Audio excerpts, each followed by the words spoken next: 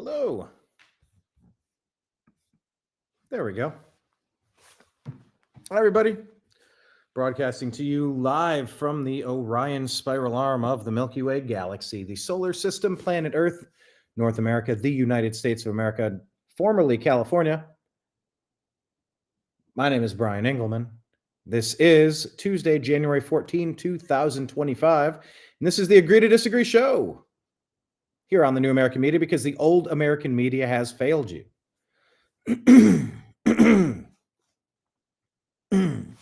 I have eaten some dairy today. I get that little when that happens. Thanks for joining us. We are trying something different today, streaming onto the Facebook page for the New American Media. Mark Zuckerberg has come out and he's making his pitch. He's trying to convince Joe Rogan and Donald Trump. Oh, no, he's one of the good guys. No, it was the Biden White House. They were bad. They were the ones. So do you trust Mark Zuckerberg? I think I'm pretty much in the opinion of if $400 million was spent in order to purchase the 2020 election, to fortify the 2020 election, how about $100,000 to each super user / media company that's been silenced from Meta, Instagram, and Facebook? Reparations. Put your money where your mouth is. Let's prove that you mean what you say. Try to undo the damage you've created by fortifying, making sure 2020 went your way, Mark. But we started a new Facebook page, so please go follow it, The New American Media. I mean, we had a very established page that was deleted. No explanation given, no customer service, no human to contact to speak with, no opportunity to remedy any alleged issue, no monetization. So we're just going to get it going again and see what happens. How about that? We're just going to get it going and see what happens. And the TNAM Morning Show, check that one out. On Spotify, subscribe to the Agree to Disagree show. And find the New American Media on Rumble. Subscribe there. And Rumble and the New American Media on YouTube. On Exit, American_media_. We did a TNAM Morning Show, kind of unpacking what the New American Media shared on Instagram. And now I think what we're going to do is take a look at what we shared on X. Whoop, where's the other screen? I just clicked it. Where did it go? All right, there we go. So let's just kind of go through the stuff that we found interesting on X, and we will talk about it.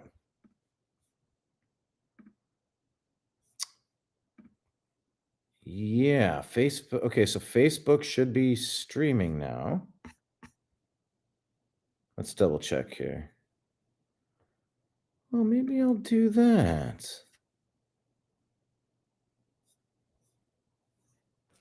Huh.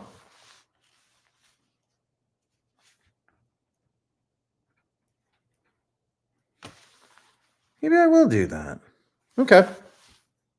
So I just got an idea of something to do. Leave your comments however you are watching. There we go. Mark Checkerboard. Hey, what's a meta you? Yes, keep you informed of the schedule, please. Schedule's a little up in the air. Yeah. Schedule's a little up in the air. Some of that is my control, and some of that is trying to work with other people. So, yeah, I had really settled into Tuesday, Thursday, 3 p.m. Eastern time for the Agree to Disagree show. I could probably settle into a morning show. But if I'm really going to do this, it might be pretty early. This morning it was 10 o'clock, 10:30, maybe, a 2-hour show, 11:30 to 12:30. And remember, everything is after the fact. It's also there on YouTube and Rumble. Although participating in the show is the fun part, reading your comments, asking questions of the day, getting replies, cracking jokes. Hey, did you hear about this story? Did you hear about that story?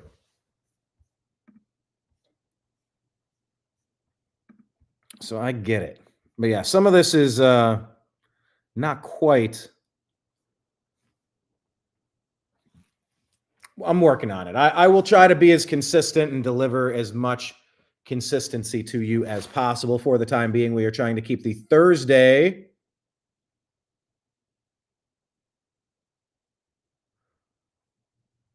morning only after Tuesday. What does that mean? Morning only after Tuesday? So Tuesday doesn't work, but after Tuesday, a morning would work because Tuesday doesn't work? What does that mean? Can you rephrase that? Yeah, I'm still trying to get there's a lot. There's a lot that goes into programming a show. Working on my own is one thing, and there's a way to put it together. Working with a co-host, a guest, is a different story.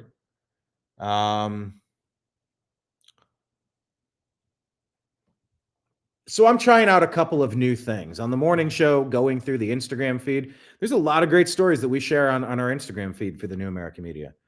But we also share great stuff on X. Now, that's very different from the way Blake and I were kind of co-producing the shows. You work Monday and Tuesday mornings. Gotcha. Okay. Yeah, I'm going to settle in. Yeah. I know. It's what did Chester Cheetah say? It ain't easy being cheesy. Donald Rumsfeld said there are known unknowns and unknown unknowns. Okay, home after 11 a.m. Gotcha. All right. Well, what we're going to do now is we're going to tear through some of the stuff that we found interesting on our X feed. Make sure you're subscribed at American_media_. Here is Adam Carolla talking about these wildfires. He has thoughts.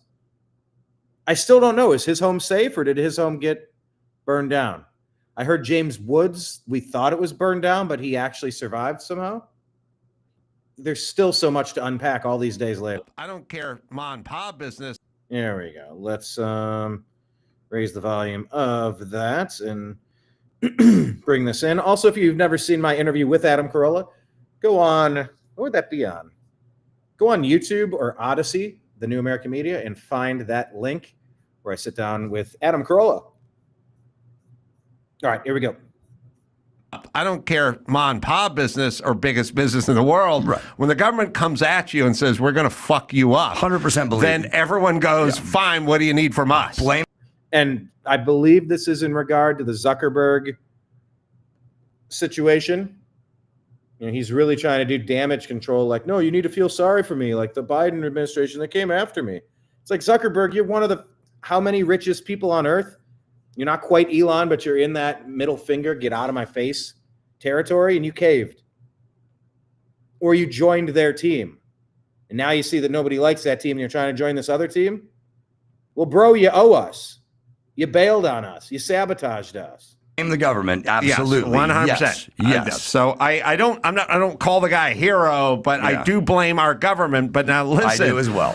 All you fucking pussies out there that have your panties in a bunch because these guys are going to be able to speak freely now, go fuck yourself 1,000 times with 1,000 rusty mop handles because you're now worried that misinformation and disinformation, after you've been creating all the mis and disinformation for the last 10 years, give me a fucking break. You are pissed off because you can't control the narrative, not because the narrative is dangerous. It's only about control. You guys were wrong. And that's what it's been this entire time.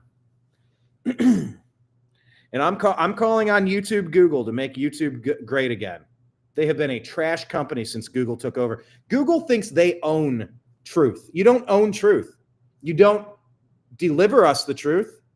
You don't. You're not the Library of Alexandria. You're not the Van Allen belt. You are not the say all, end all, be all, Google. You're not. letting us, we may and we may not discuss certain topics on your site. You with 1,000 rusty broom handles, mop handles. Make Meta great again with reparations, and make YouTube great again with reparations. How about remonetize those channels? Stripped us of monetization for no apparent reason. You know, you guys shadow banning all our content so nobody sees it, not allowing on the suggested the frame of suggested videos. We have 6,500 subscribers on YouTube. They hardly let anybody see our content.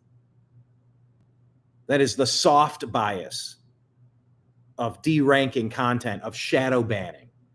And it's worse than just deleting our channel. It really is worse.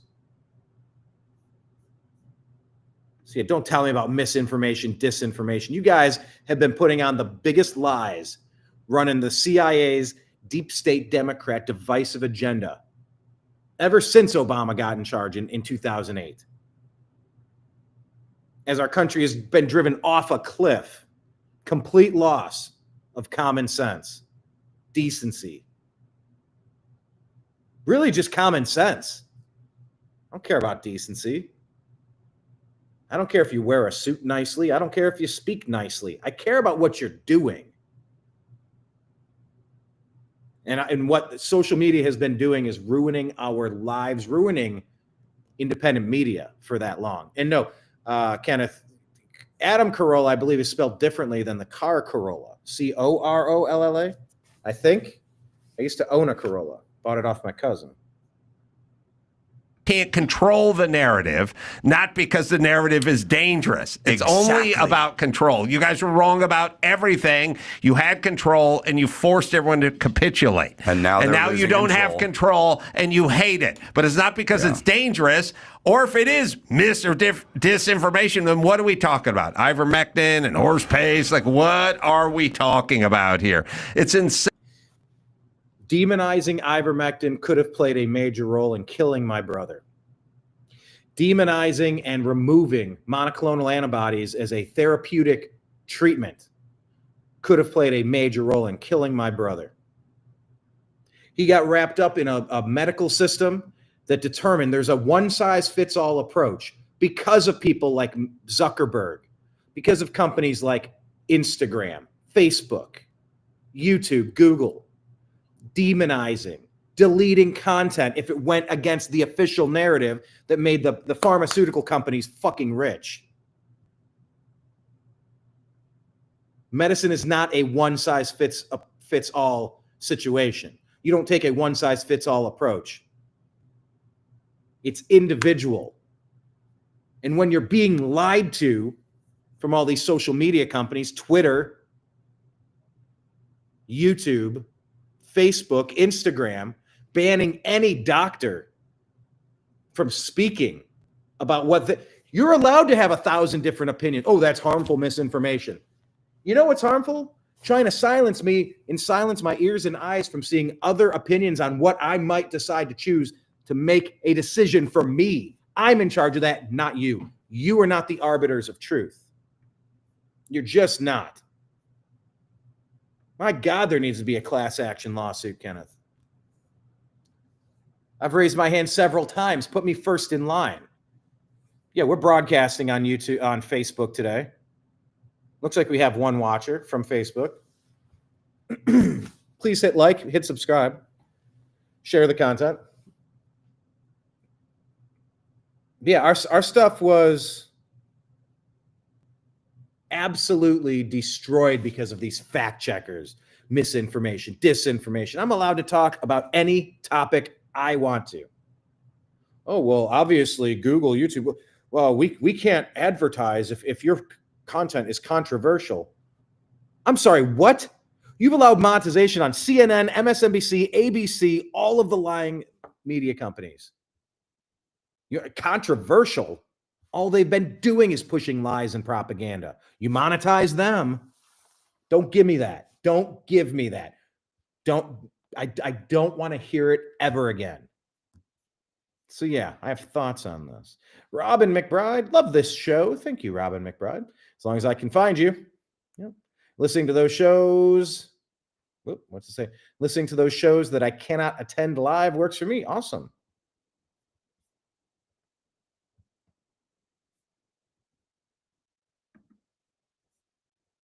Baby got facts. Yeah. Yeah. Social media doesn't have facts. They have power and control and manipulation. Ugh. And horse pays. Like, what are we talking about? Demonizing ivermectin. It's almost a super drug. I mean, couldn't you just call it a super drug? It has almost minimal, nominal, no side effects when taken in moderate dosages. It's a super drug, super cheap, allegedly. Although I had to pay through the nose for it because you demonized it. You made it so doctors wouldn't prescribe it. And when they did, they were so terrified of prescribing 60 milligrams, they did 12, which was 1/5 of what they were supposed to be prescribing. The equivalent of putting a pinch or two of coffee grounds in, setting the pot of coffee, and then you get light brown water. You don't get coffee. So my brother, even after having to find a doctor that was courageous enough to prescribe it, prescribed the wrong amount because they were terrified. Terrified of medicine because of you, these social media companies.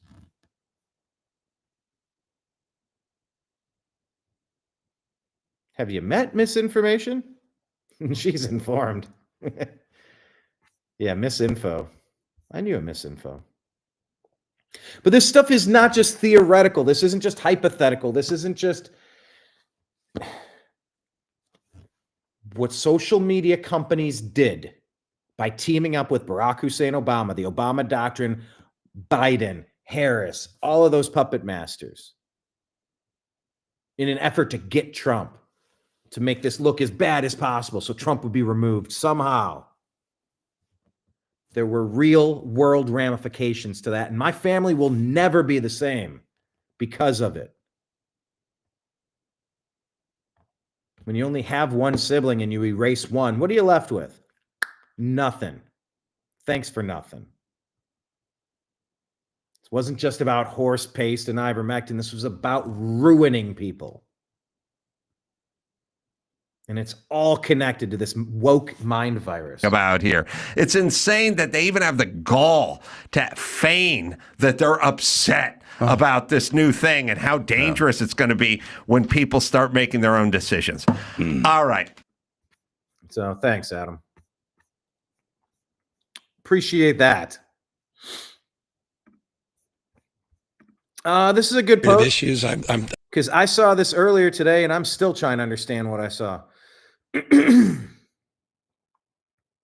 Scott Adams says, what drug makes a person act this way?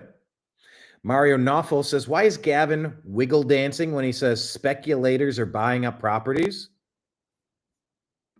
After the fires destroyed everything? Aunt Pelosi going to make more money or something? Did you see this? You want to talk about a strange affect? Yes, Robin. Hopefully after next week, some of this crap will change. Even better, go away. Yeah, medicine has turned into a meta sin. Puppet doctors for sure. 6 days away, yes. We are 6 days away from fundamentally transforming the United States back to sanity. And we're going to be there. So stay tuned. Next week will be interesting. Broadcasting to you live from our nation's capital, I might say. Moved the plants inside, and now all these little fruit flies, they get in your peripheral. And it's like, yeah. Trying to karate chop them and clap them. Gavin grew some. No, he didn't grew some. He doesn't have any cojones, that's for sure. All right. Just watch this clip and tell me what's wrong with this guy, what he's saying, and how he's acting.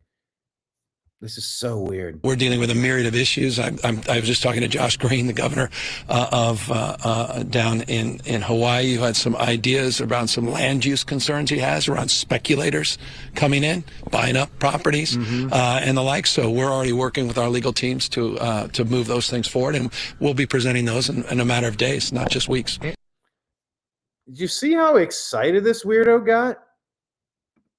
Maui definitely feels like a land grab. In Hawaii, you had some ideas around some land use concerns he has around speculators coming in, buying up properties, and the like. So we're already working with our legal teams to move those things forward. And he didn't say anything there. To move those things forward. What does that mean? To do what they're doing, to buy up more property, or to block that? It's very weird, and that dance is very weird. You all saw the dance, right? That dance was strange, people. All right, let's walk you through some of the stuff that we shared today.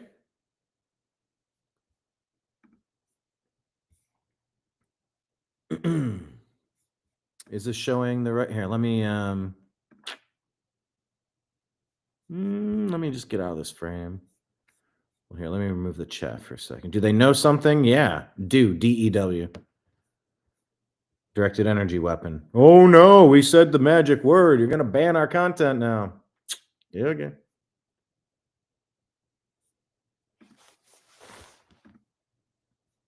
So tired of walking on eggshells. Not doing it anymore. We shared this. Dave Lee says, if Zuck is serious, then let's see the equivalent of the Twitter files for Facebook. Show all the communication back and forth, not just the handpicked ones, between the government and Facebook regarding the COVID vaccine censorship. Let's go. Mary McBabe says, F Operation Paperclip Volume 2. Absolute justice must be executed. Zuckerberg is a sociopath.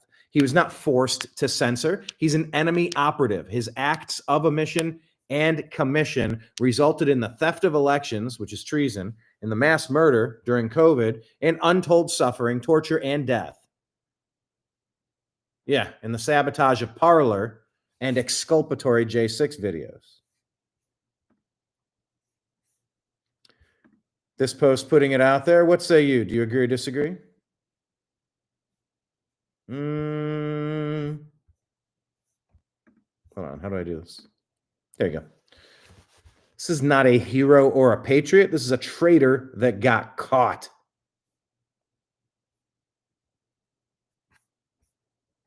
Do you agree or disagree that this isn't a hero? This is a traitor who got caught, and he's fighting like hell to try to avoid it. So yeah, dude said transparency is the order of the day for Zuckerberg. Without proof, this is all psycho babble rap. He gave $400 million to stop Trump in 2020.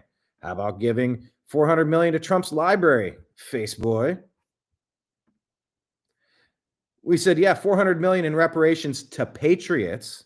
How about $100,000 per year, per person, per media and super user that was discriminated against? That works for me. By the way, I'm not completely convinced that that would be enough for me. But it's a good starting point. It's a good way to get the conversation going. I'm hearing about TikTok potentially being sold to Elon Musk. Could that be true? Need a fact check. Maybe we'd kind of pull that up, do a search on it. But Wayne Dupree, he says, since you want to go there, talking about Zuckerberg, let's open both companies to see how much the CCP has influence since the U.S. government wants to remove TikTok. Let's call it the CCP files. Also, let's see how much presence the FBI and CIA has on both platforms, since you want to call people out. Okay with that. Let's go to The Guardian. It's just a mess over there. In 2022, Labor MP Nazir Ahmed was convicted of abusing a young boy, a 9-year-old child in Rotherham. Originally jailed for only 3.5 years. Then they quietly reduced his sentence to 6 months on appeal. And the appeal judges were all labor voting liberals. Sickening. And that he's still listed on the Parliament website. The stuff coming out of England is awful. And it's okay. It's okay to focus on this. It's actually a moral obligation, an imperative, really. Clarence Worley saying, I'd love to understand what specifically is wrong with leftist brains that makes them okay with CA, with abusing kids. Even their actions to the rape gangs baffles me. It should baffle all of us.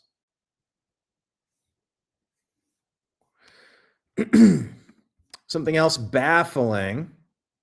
Let's click on Matt Van Swole. It says, I finally made it to the Blue Ridge Parkway in Western North Carolina for the first time this winter. I barely recognize it. There are more trees laying on the ground than there are standing up. I've honestly never seen anything like this. This is purely apocalyptic.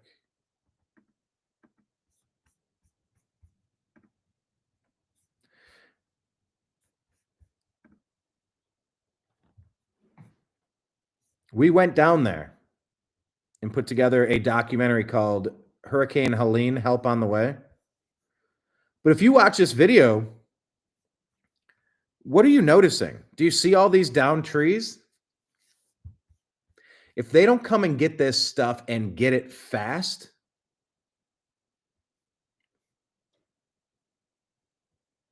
this is all the kindling you need for another mega wildfire.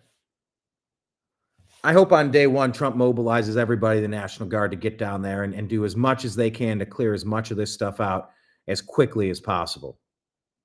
You've got to rebuild this area.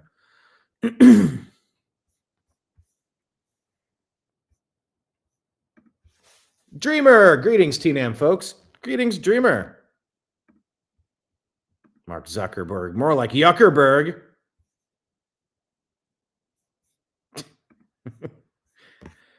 But yeah, we did our Hurricane Helene Help on the Way documentary. This is still what things look like. It's just apocalyptic. We said, yeah, and now just remember, these dead trees are excellent tinder for a potential fire. It's time for MAGA to mobilize every available asset to restore East Palestine, Ohio, Maui, North Carolina, and Los Angeles. This is absurd that we won't prioritize America under Democrat rule. And they will just give billions and billions and billions of dollars to everywhere but America. Make it make sense. I can't make it make sense. This post is unavailable. Oh, no, here it is. I used to do business in Jokeland. We call it Oakland. Yeah, I know, Kenneth. It's like destroy the land, devalue it to nothing, then sell it off dirt cheap. What a bunch of monsters. Hopefully with real leadership, we can turn this around. But unfortunately, Jokeland does not have real leadership. In the past few years, they've lost all their major sports teams. The Athletics are going to Las Vegas. The Jokeland Raiders have gone to Las Vegas. The Golden State Warriors have gone to Santa. Where do they go? Well, they left. I don't know. Golden State is kind of like they've driven the In-N-Out Burger. I think it's one of the only stores that's ever closed because they had break-ins and crime and violence. Wokeland, Jokeland. Yeah, Wokeland and Jokeland. That's a good way to say that. Oakland is a mess, and look at what's happening now. No, we need this.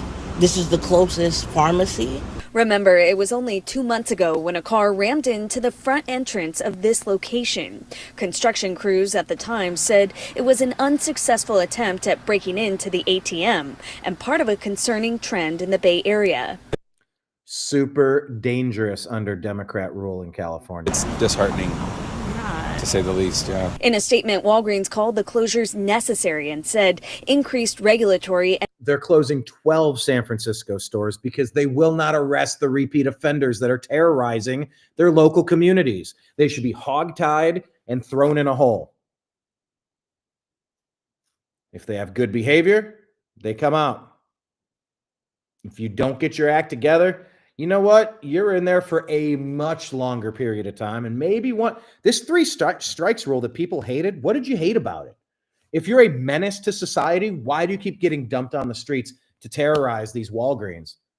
To the point where they pack up and go, we can't operate here. We can't make money here. It's not safe here. We don't want to live here. This area doesn't represent us. They're picking the monsters over the good people. And reimbursement pressures are weighing on our ability to cover the costs associated with rent, staffing, and supply needs. And they've made their rent through the roof. Although the company made no mention of crime or shoplifting. No mention was made of crime and shoplifting, but you know, the videos and the obvious story, the obvious elephant in the room. Although the company made no mention of crime or shoplifting as the reason, neighbors say they see it all the time. I mean, I get it. I've seen horrible things happen in here. Like people stealing things, just coming in with bags and just going into their bag.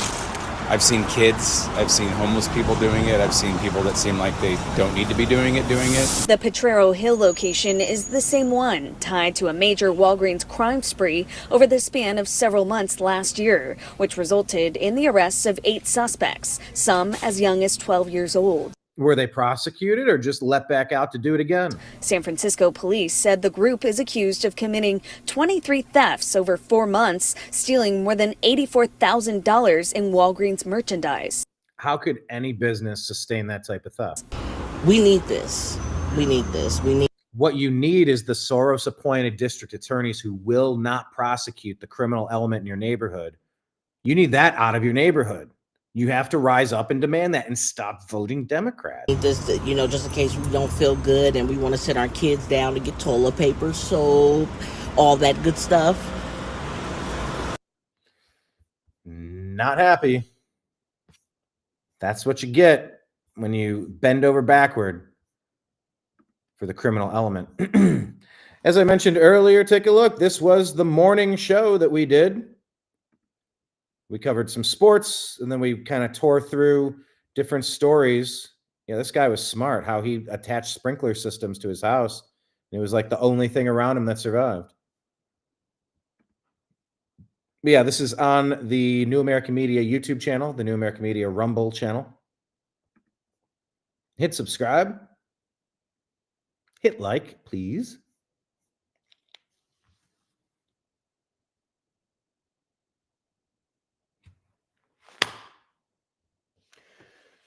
Good. Got another one of these fruit flies. I'm telling you, any tips that you have when you bring your plants indoors and these little fruit flies show up, please. Yeah, seriously, note the rainbow front. Oh, yeah. That was when they showed the building. I'm like, oh, there it is. There's a mural. We can swipe left on leftist politics. I like that. Sorry, but Cali blew it. B-L-U-E. They really did. Great place. Awful, awful leadership. And they trick all these people, say, oh, racist this and sexist that, misogynist this and transphobic that and Islamophobic that and this and that. And it's all they do. It's the Obama doctrine of division. See through the lies, people. See through it. Retire all of them, please. Dreamer is saying it seems to all be winding down. People don't really realize it until they're directly affected. Slowly going away. Sports, stores, residents, on and on. Yeah, Dreamer. I lived in Los Angeles, and I loved the concept of Los Angeles. I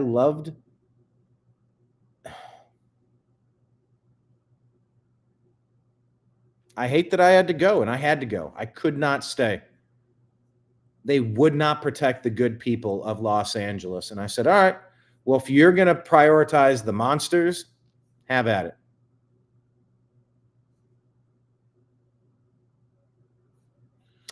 Luke Rudowski posted this, kind of without comment, I believe.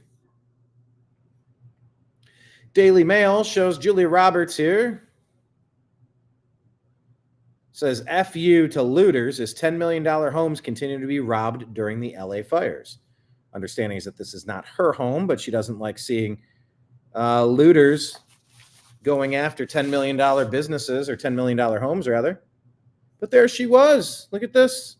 Posting Black Lives Matter that tore through America like a swarm of locusts, fanned on, encouraged, and bailed out by the Minnesota Freedom Fund, Kamala Harris, the Democrat Party, Joe Biden, Barack Hussein Obama. Everybody who wanted to get rid of Trump. You were okay with setting America on fire all across our great nation. City after city, city after city. Kenosha. Remember the chaos you caused in Kenosha? Kyle Rittenhouse remembers.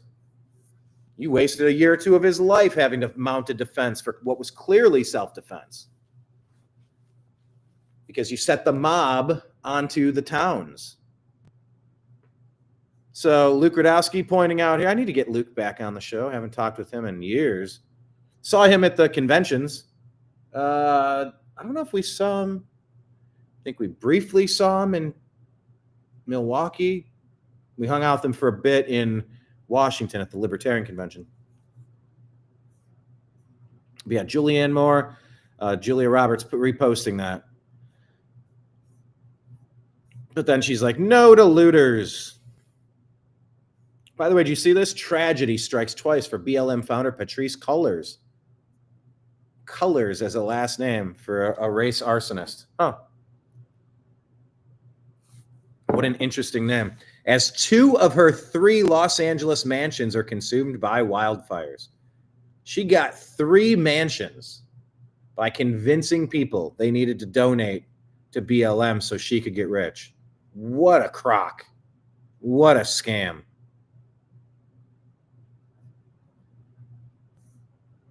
Anyway. Julia Roberts with Biden and Obama, the 2 most responsible for pushing all that chaos in 2020. Wow. All right, so today Pete Hegseth is kind of up on Capitol Hill. So here's his masterful opening statement. We're going to see a lot of this now as the Trump appointees are going, or the nominees are going to undergo their cross-examination, where the Democrats are going to yawn, try to find everything wrong with everything, and block, impede, slow down the Trump administration. You know they're going to do that. I know, 2 of 3, Kenneth. 2 out of 3 for pushing racial division and setting America on fire. She got rewarded for that. It's like Gavin Newsom, a story we shared yesterday on the TNAM morning show. Go and check that one out. It was that Gavin Newsom was saying, donate to the wildfires, but it was redirecting people through the government website to the private Act Blue website. So you could donate money to the Democrat Party instead of wildfire relief. This BLM was like, oh my gosh, like we don't want to see any abuse. Well, we better donate to BLM. It was going to this lady so that her and her family could get rich and buy 3 mansions and worse. What a crock. Anyway, so here's Pete Hegseth, his opening statements, I believe. But as President Trump also told me, we've repeatedly placed people atop the Pentagon with supposedly the right credentials, whether they are retired generals, academics, or defense contractor executives. And where has it gotten us? He believes, and I humbly agree, that it's time to give someone with dust on his boots the helm. A change agent, someone with no vested interest in certain companies or specific programs or approved narratives. My only special interest is the warfighter. Deterring wars, and if called upon, winning wars by ensuring our warriors never enter a fair fight. We let them win, and we bring them home. Like many of my generation, I've been there. I've led troops in combat. I've been on patrol for days. I've pulled a trigger downrange, heard bullets whiz by, flex-cuffed insurgents, called in close air support, led medevacs, dodged IEDs, pulled out dead bodies, and knelt before a battlefield cross. This is not academic for me. This is my life. I led then, and I will lead now. Ask anyone who's ever worked for me or with me. I know what I don't know. My success as a leader, and I very much look forward to discussing my organization's successes at Vets for Freedom and Concerned Veterans for America. I'm incredibly proud of the work that we've done. But my success as a leader has always been setting a clear vision, hiring people smarter and more capable than me, empowering them to succeed, holding everyone accountable, and driving toward clear metrics. Build the plan, work the plan, and then work harder than everyone else around you. I've sworn an oath to the Constitution before, and if confirmed, I will proudly do it again. This time, for the most important deployment of my life. I pledge to be a faithful partner to this committee, taking input and respecting oversight. We share the same goals: a ready, lethal military, the health and well-being of our troops, and a strong and secure America. Thank you for the time, and I look forward to your questions. There you go. So this is the guy. But as President Trump Defense also told... Secretary confirmation. Defense Secretary nominee Pete Hegseth. My only special interest is the war fighter, deterring wars, and if called upon, winning wars. This is not academic for me. This is life. I led then, and I will lead now. I bet all the military-industrial complex-sponsored senators were not happy to hear that. Yeah, this one has created a nice meme. Just her terrible voice and shrieking and then him just kind of eyes closed. I think we posted it as a meme on Instagram, perhaps. Oops, let me put the camera back on. Sorry.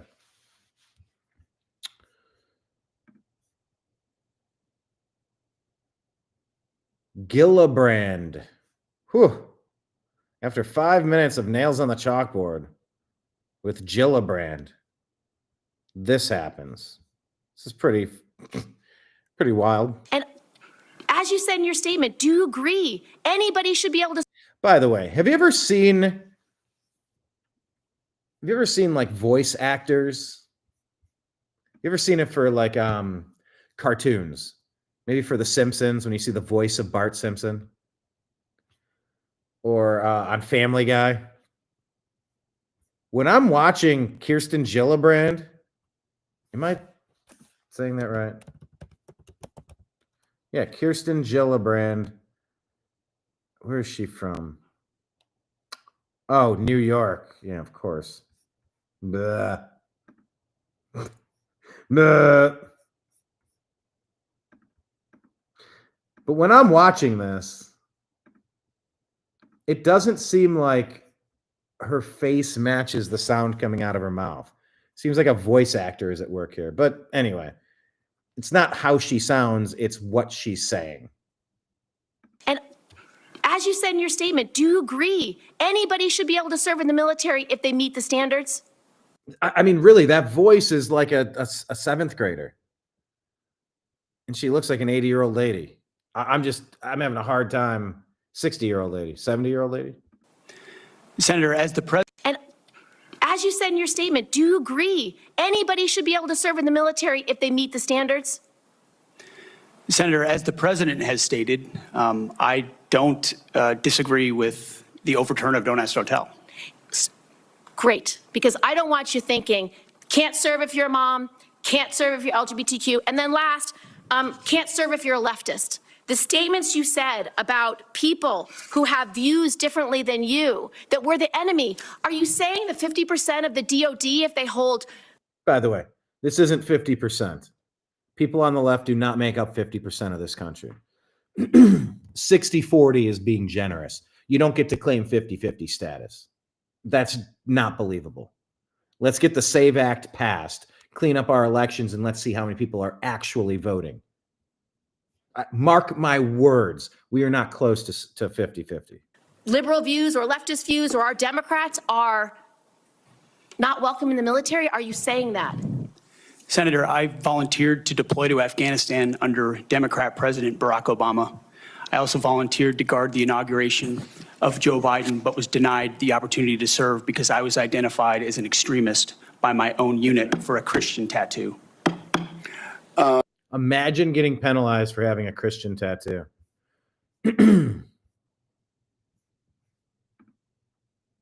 We'll get more to some Hegseth, but just kind of in order of what we're looking at here on the New American Media Instagram feed. Look at the amount of time these people have been in office. Gavin Newsom, 29 years. Pelosi, 38. Kamala, 23. Maxine Waters, 49. Shifty Schiff, 29. Karen Bass, 21. 189 combined years of being in office. And this is what unchecked liberalism looks like. No checks and balances. Everything on fire. And this poor man doing what he can to try to do it on his own because nobody else is helping him. Yeah, term limits would be great. We have a lot of questions here. They're now posting pictures of California looters. And they're asking, what do you notice? And some of the comments are wondering if any of these people are illegal alien invaders. What do they have in common here?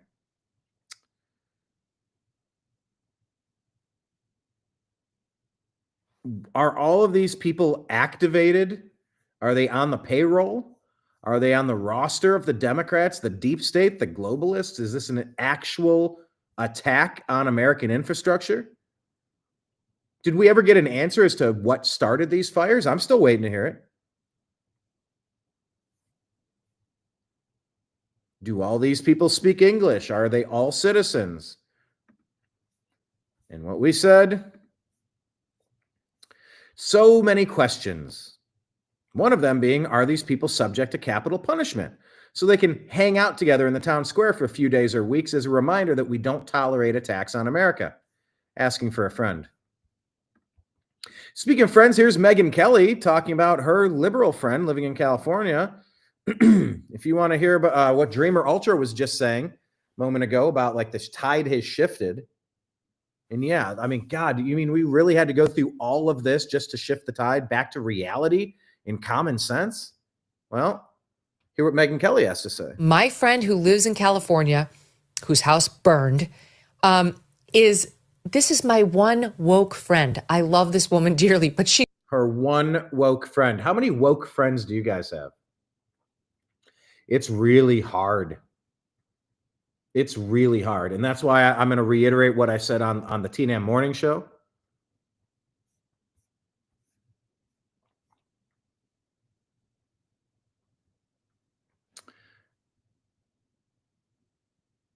What did I say about on the TNAM morning show about a one woke friend? What point was I getting at?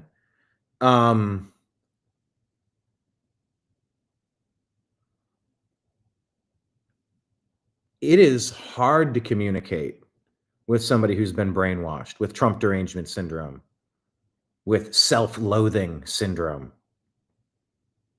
And this is by design. This is the Obama doctrine. I call it that because that's where it really metastasized. That's where it really spread and just oozed all over into everything. But this has been going on since the 90s. They've been pushing this divisive woke crap for decades. But what I said on the TNAM morning show is that we have got to fix. And you know what? Maybe fixing our education system means completely disbanding the Department of Education and sending it back local. Or mandating common sense stuff needs to be taught in a common sense way. It's okay to acknowledge bad things that happened in the past, but to just keep dwelling on it and harping on it and hammering on it and badgering people so that the woke agenda can be anti-Christian, anti-male, anti-straight, anti-family, anti-American, anti all of the things that have traditionally been at the cornerstone or near the cornerstone of the essential building blocks of this country, and just being any of those things in and of themselves are not good or bad. And for them to just say it's bad, it's the most vile betrayal of what the education system is supposed to be. The education is supposed to teach you how to think, not what to think. And to demonize groups of people just because of how they look and who they're into romantically and what flying spaghetti monster in the sky they choose to worship. This Obama doctrine of hating straight people, white people, men, Christians, it's like we've been living inside of a cuckoo clock. So question of the day, how many woke friends do you have? You know, I still have some friends that are on the woke side of things, and it's pretty unbearable. It really is. And usually the conversations just drift away and eventually stop. There's a couple of people I really try hard to keep it going with, but I just don't have the mental capacity, the energy, the battery to keep pouring myself into a cup with a hole in the bottom of it. But I hope we can save these people, get them away from the woke mind virus. You got things like diversity, equity, inclusion. They theoretically sound great, but they're cancer. They're toxic. They're poisonous. To limit the amount of options you have on arbitrarily identified characteristics just so you continue pushing more of this crap? Pushing competent people out of the military because they refuse to take a jab? That's a personal medical choice. You've got no right to tell those people what to do. Going after Hegseth because he has a cross? Was it a Templar cross? And by the way, what were the Templars? And what was going on in Europe when they were being invaded by the Moors? What was the pushback? Because that's exactly what Obama and the Obama doctrine have been pushing now, to dump Northern Africa, South America into every other established nation to forever change the demographics and hopefully get them voting blue in perpetuity. What were the Crusades about? Who were the Templars? And who had to get rid of the invading military-aged men that came in to overthrow those established nations?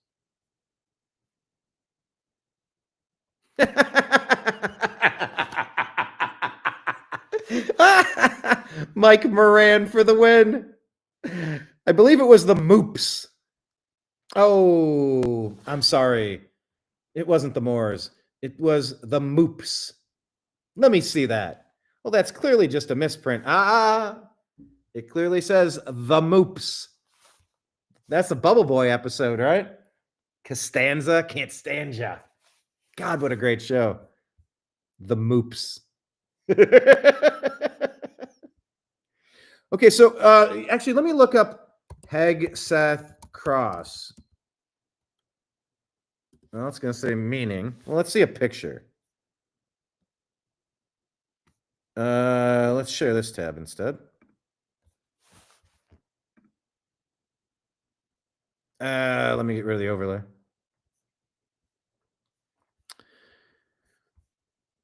So, what's the problem with a cross? This says the tattoo covering his chest dates back to 1099 and symbolizes the Crusader kingdom in Jerusalem. Hegseth was ordered to stand down from National Guard duty for Joe Biden's inauguration over concerns raised by the Jerusalem cross tattoo. Well, I don't believe the rest of this because they're referring to something called the far right. The far right doesn't exist. That's a term I will never say. And if anyone says it, you can instantly disregard anything they were saying and they're about to say. It's just a slur.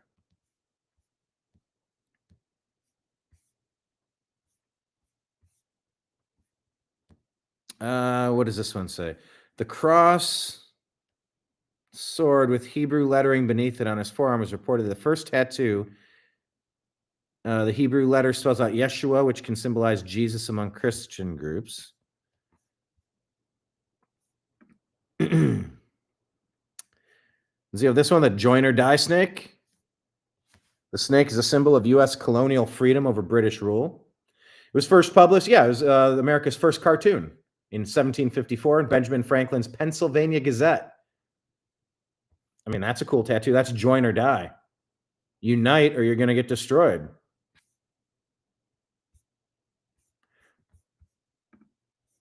So here, let me go back to sharing Megyn Kelly. Oh, how do I do that? I was in the middle of a Megyn Kelly story. So that's the Templar cross. Huh. Yeah, invading Muslim armies trying to conquer all of Europe. Huh. Could history repeat itself? And why would you not want people to defend your country against that? Why would you want to acquiesce to that and participate in that? Sounds a little treasonous to me. Dreamer saying, totally right, Brian. 50-50 is a big lie. I agree. I agree with me. I agree with me. I've never believed we're a 50-50 country. I know plenty of lefties that are off the reservation. They have drank the Kool-Aid, if you will, and they've been indoctrinated. They've been abused. They've suffered brain damage from these monsters in academia and the media. How about academia? Acamedia. I don't know. Something like that. 50-50 is a big lie. 60-40 if I'm being generous. It's 3-1. So I'm curious. I'm curious more about the... Yeah, Mike Moran, you won the day. I believe it was the Moops. Okay, Mike Moran, what's up? You're saying that it's the Jerusalem cross, and the same cross was at Carter's funeral. Right. What does that cross, what does the Jerusalem cross signify? The stuff I pulled up, was that accurate? Am I missing any more important context? What should people know about that cross if they don't? Answering the question of the day. Thank you so much for answering the question of the day, everybody. But let's find out here. Do you have woke friends? It is insufferable. It is unbearable trying to communicate with some of these people. And it's frustrating. It can be family. It can be friends, coworkers. You know, I really do believe in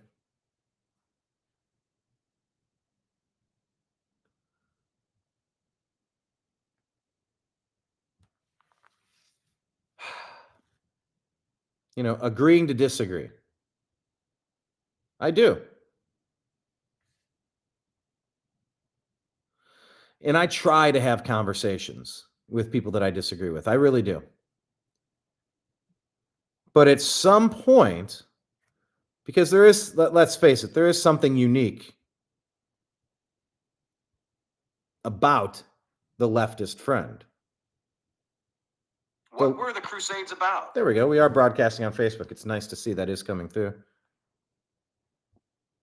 Who were the... I did turn the volume down. Okay. I'm a firm believer in agreeing to disagree and having uncomfortable conversations, but they are unable to do so. I'm used to their ridicule. I'm used to their lies and their slander and their pathetic arguments. I'm used to it.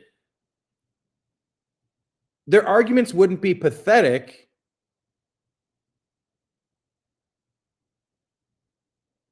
if they held accurate viewpoints. If their viewpoints were solid, I would adopt them, and that would become a part of my philosophy. But when you're so far out of line, you look around and you can barely find anybody reasonable. This what? Baby, it's a big... There we go.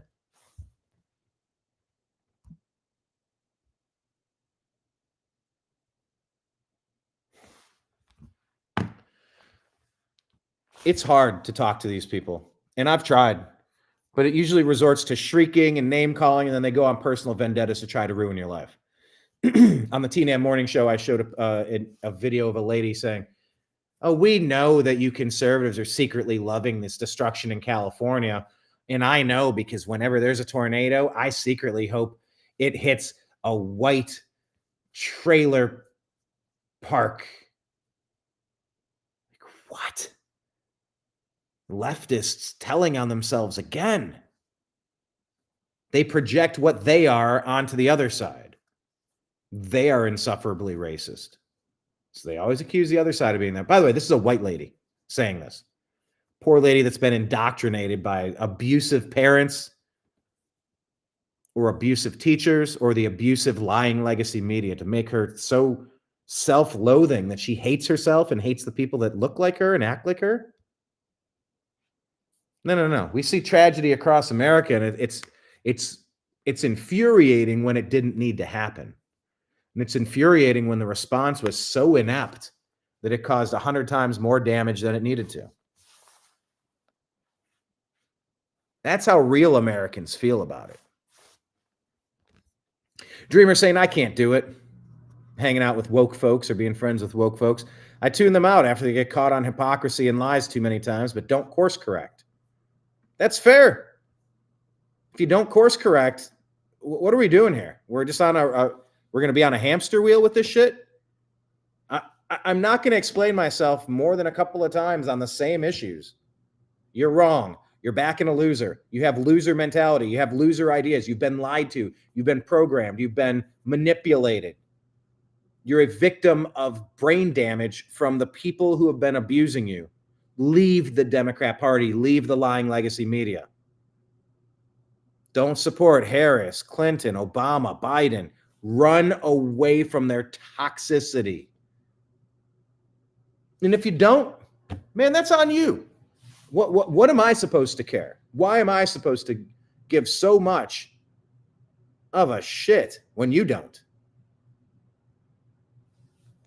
There's a scene in Pulp Fiction where they're discussing food. Yeah, well, bacon tastes good. Pork chops taste good. Hey, sewer rat may taste like pumpkin pie, but I wouldn't know because I wouldn't eat the filthy MFer. Pig sleep and root and shit. I ain't eating nothing, ain't got sense enough to disregard its own feces. See, I really am trying to turn a new leaf and not cuss as much. Even in that one, I had to cuss a little bit, but I saved an MF bomb. But the Democrat policies are sleeping and rooting around in their own excrement. I ain't eating it. I ain't getting around it. I ain't tolerating it. You guys got to get out of the slop. Rinse yourselves off and show some respect. Respect for yourselves. Respect for your communities. Respect for your nation. Respect for this earth. And not in the ways that the woke green agenda has you all out of sorts, thinking all sorts of backward things. Join the MAGA side because we want to make America great again. And the greater America is, the more nations you're seeing it. From Bolsonaro to Canada, UK, Ireland, you're seeing all sorts of nations rising up and pushing back and taking control of their countries again because they've been overthrown. There's a reason why this has been the graphic for the new American media for a while. This one here. Did it play? Nope. Why is it not playing? Oh, it's this one.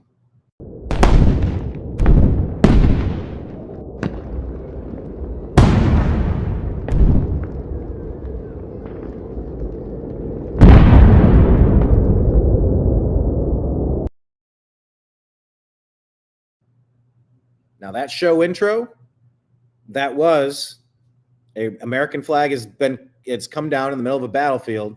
It's been flipped upside down and re-raised as a signifier, as a symbol of we are a nation in distress. We've been overthrown. An enemy has gotten inside of our gates. Danger, danger, flashing red lights. That's what that signifies. So yeah, we're just 6 days away from fundamentally transforming America back into something that makes sense, into something great, and let's make it something greater. Let's do better. Let's level up every area of life. When was America ever great? My teacher told me to hate myself. My teacher said, we're terrible. CNN said, we're bad and our country's awful and we're the problem to everything and we're messing everything up. We got to tear it all apart and put in Marxism. Okay. Good luck with that. You go on an island and try some of that stuff out. The rest of us normies are going to stay normal over here. No time for it. Robin McBride says, 0 woke friends for me. For the most part, I only encounter woke ones at work, but would not go to dinner with them. Where do you work? What industry? Not what company, but what industry? Would not go to dinner with them. What industry do you go to dinner with people from work? Oh, I know, and that's a challenge. You're trying to make your way through the corporate ladder.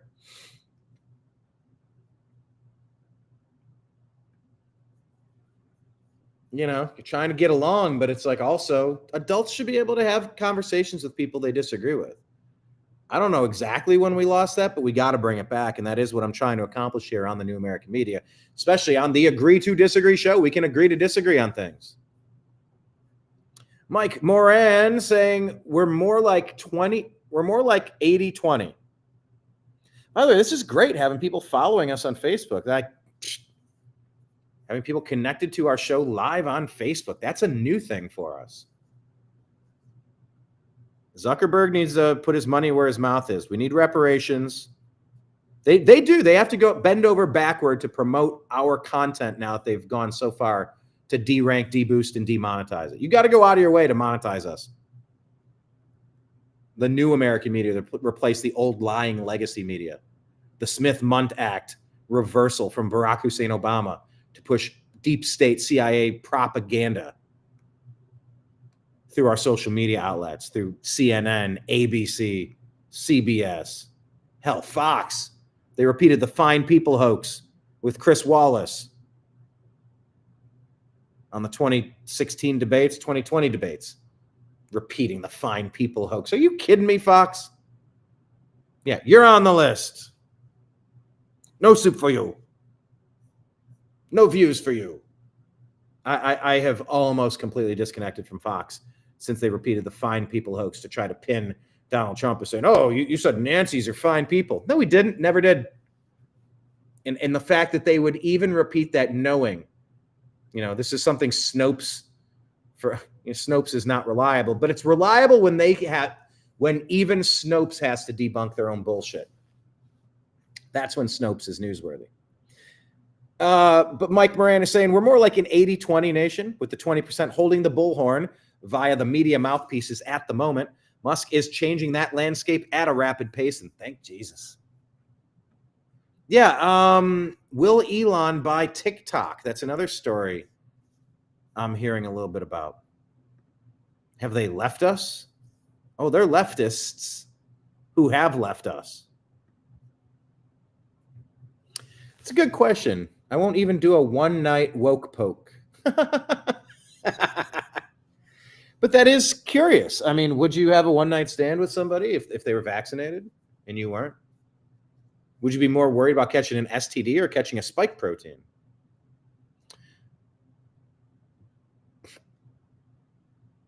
Political affiliation. I wonder how much of a role that plays in courtship, in mating. There's another question of the day. Would you have a fun hookup with somebody who is completely woke?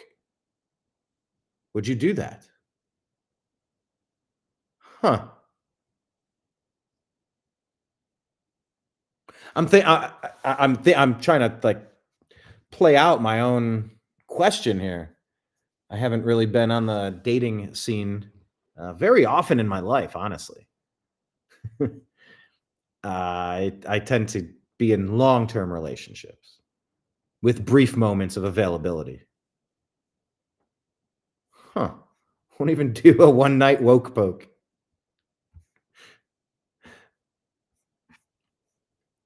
I mean, you couldn't be in a serious relationship with somebody who's completely woke, right? That's impossible. But once again, let's also be clear that nobody you're going to find is going to be exactly like you.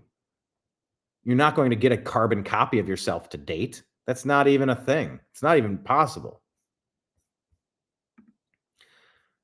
How much of a role does politics play in the person you decide to date, to hook up with, to marry, to flirt with, to hook up with, to date casually, to date seriously, to date exclusively, to get engaged to marry? There's a good question of the day. Anyway, back to Megyn Kelly. Wow, what a sidebar that was. Let me just reset this whole. My friend who lives in California, whose house burned, this is my one woke friend. I love this woman dearly, but she's woke. And amazingly, we've maintained our friendship. We kind of just don't talk about these subjects much, but she's woke. And she's like, MK, everyone I know is ready to vote Republican. She's like, everyone I know, all of her woke friends, all of her Dem friends. She was like, we're all talking about how soon we can get Republican leadership into these offices. I mean, that is saying something. My friend who lives in California. And I'm here for it. They've earned this. That party needs to be dismantled, split into 1,000 pieces and cast to every corner of the earth. Every corner of our flat earth. All right, here's Shark Tank's Kevin O'Leary calling on Trump.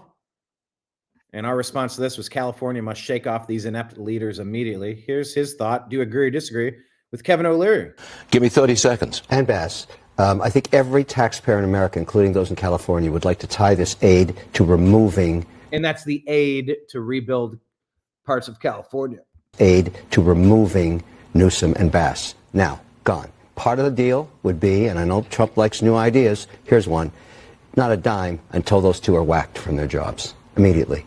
They are so incompetent, and all of the decisions they've made led to this, and they're still making mistakes.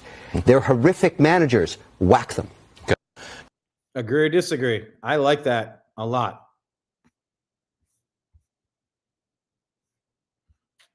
This was interesting. I like the Vigilant Fox account if you're not following it, but check this conversation out. Oh, this lady. Oh, what an awful. This is Leslie Stahl. Remember, she was confronting President Trump and lying about misinformation, disinformation.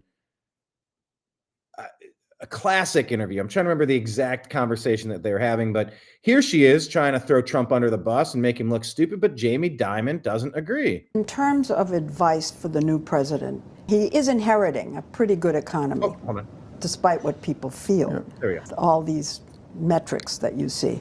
But what about advice? I don't know that. Hold on. I don't know that Trump is inheriting a great economy. No. I don't buy that for a second. In terms of advice for the new president, he is inheriting a pretty good economy, despite what people feel. Yeah. All these metrics that you see. It's not about what people feel. It's the fact that our dollar doesn't stretch anymore. It's the fact that wages don't account for enough for us to comfortably get by anymore. It's the fact that one person working can't go out and earn an income for their family while the other person raises their children to adhere to their morals, their structure, their way of life. You send them out to Marxist indoctrination camps for 8 hours a day, so both people work. So now there's no dinner waiting for anybody when people get home. None of the home chores have been handled. I mean, the work of running a household is work. Things are not going well in America. People like Barack Hussein Obama have long thought and made comments to the effect of, we've had it too good for too long. We need to come down a few pegs. We need to get knocked down a little bit. And that's through the hidden theft from these pirates, because that's what they are. They're just plunderers. They're pirates of inflation. Yeah, I mean, that's super cool if you own a home and you buy it for 100 and now it sells for 200. You're like, where are you buying a home for 100? Fine, you buy a home for 300, now it's selling for 600, whatever. In the real estate aspect, isn't that great? But it's not so great when you're barely getting by, when your savings is not what it used to be, when everything costs more, when it's getting difficult to put groceries on the table, medicine in the cabinet.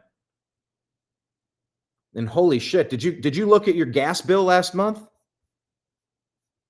I cannot be the only one that had a double gas bill. Keeping it 69, 68, 70. That's not piping hot, but my God.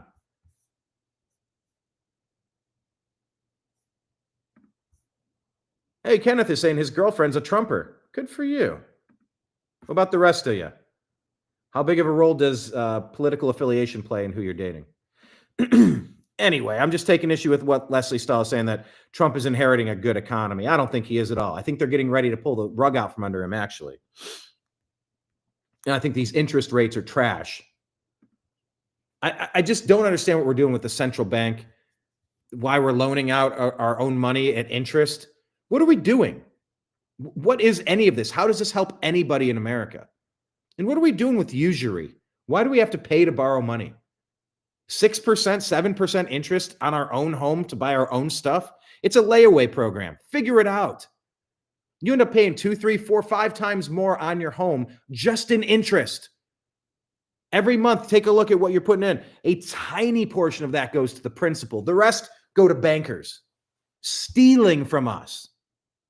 Because when you can own a home outright, then you can put more into your retirement. You can put more in to all sorts of things. America has been getting robbed for too long. So no, I'm not going to say that Trump is inheriting a great economic situation. It's like $36 trillion on the credit card. Look at you, Mike Moran. Married an unvaxxed MAGA gal. That's how you do it. That's how you do it. Yeah, they're lining their pockets. All right, back to Leslie Stahl and Jamie Dimon. Why the long face, Jamie? He is inheriting a pretty good economy, despite what people feel, all these metrics that you see. But what about advice to him on some of the policies? Here you go. This is where she's trying to say that stupid Trump and some of his dumbass backward policies. Come on, talk some sense into him about tariffs, wouldn't you? That he's threatening to do that could hurt the economy. For instance, tariffs. Have you talked to him about tariffs? If you could talk to him right now, what would you say? I have not spoken about tariffs. I think you should read The Art of the Deal. You know, he's a negotiator. I think you should read The Art of the Deal. He's a negotiator. Thank you. He lays out some very tough things, and sometimes it works. We have to worry more about national security, resiliency, diversified supply chains. Oh my God, our supply chains after COVID. Why are any of our computer chips being made overseas? Figure it out. Bring it here. Why are any of our medications being made overseas? Bring it here. I want United States to be a one-stop shop. And by the way, taking back the Panama Canal because it's fallen into CCP management, perfectly allowable under the terms of that agreement. Signing some sort of territorial compromise package with Greenland so that they become a territory like Puerto Rico or something. And then we get to harvest and mine those natural resources, rare earth minerals that China's been buying up all over Africa and other places. Yeah, that's crucial in making sure that that passageway is controlled by somebody who's not going to let the CCP and the Russians cruise all up and down unmolested, doing God knows what. That's smart. In Canada, come on, our neighbors to the north. So yeah, anyway, I agree with him on supply chains here. Resiliency, diversified supply chains, and we didn't. And also we should have worried more about who it hurt. So while trade's got some enormous benefits, it does hurt that town where the plant closed. We had a thing called trade adjustment assistance, which was supposed to give people retrain, relocation, income assistance if they were hurt by trade. It never quite worked. And so we need to focus on some of those issues. And to me, tariffs are a tool, properly used, that can help get some of those issues resolved. Check that out. Tariffs are a tool that properly used can get some of the problems resolved. And help get some of those issues resolved. Unfair competition, national security issues. You know, if like any tool, if it's misused, yeah, it can do damage too. But your point is that you think it is a legitimate negotiating tool. Absolutely. You know, every country is allowed to make its own unilateral actions. Yeah. You know, if you look at what But that's not what Barack Hussein Obama thinks. That's not what Joe Biden and Kamala Harris and their puppet masters, that they're both out to lunch. Easily blackmailable, manipulatable, controllable. Read the script. They have this mentality of like, you're a citizen of the world. Oh no, the U.S. doesn't have the right to do it. No, it's like a global community, because that way unelected bureaucrats from some global governance system, some new world order, they get to determine. The World Health Organization tells us what we must do in every hospital in the United States. No, it doesn't. No, it won't. No, it never will. Go away. you know China's been doing for years, they do this already. They've been doing threaten and no, they put up their own tariffs, their own laws, their own rules, their own regulations. They make a lot of unilateral actions that they think are in their own best interest. So it's not bad for our government to do that. That tool may be a useful tool, properly used. not the price of eggs. No, of course. No, That's inflation. part of it, folded into It was inflation. It was all the money that was given out. If you go to a rural area and you look at all the things that were done, okay, those things like, you know, even EV credits, all this green stuff, they don't look like it benefited them. They still didn't have jobs. Incomes didn't go up. Their schools weren't working. So you got to be very careful when you analyze what happened in our society about why people looked at these and said, this didn't work for me. I'm quite sympathetic. I do a lot of work with my wife in inner cities in New York, you know, and she's been doing work in the Bronx for years. You know, it's hard to look at parts of the Bronx and say, this worked. And this has been going on for 30 years. So, you know, it's time that we fix some of these things.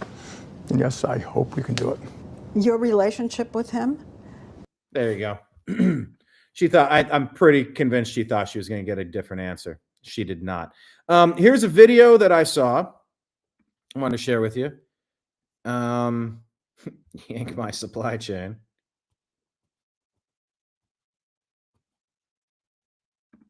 New World Order up. I know that New World Order lady.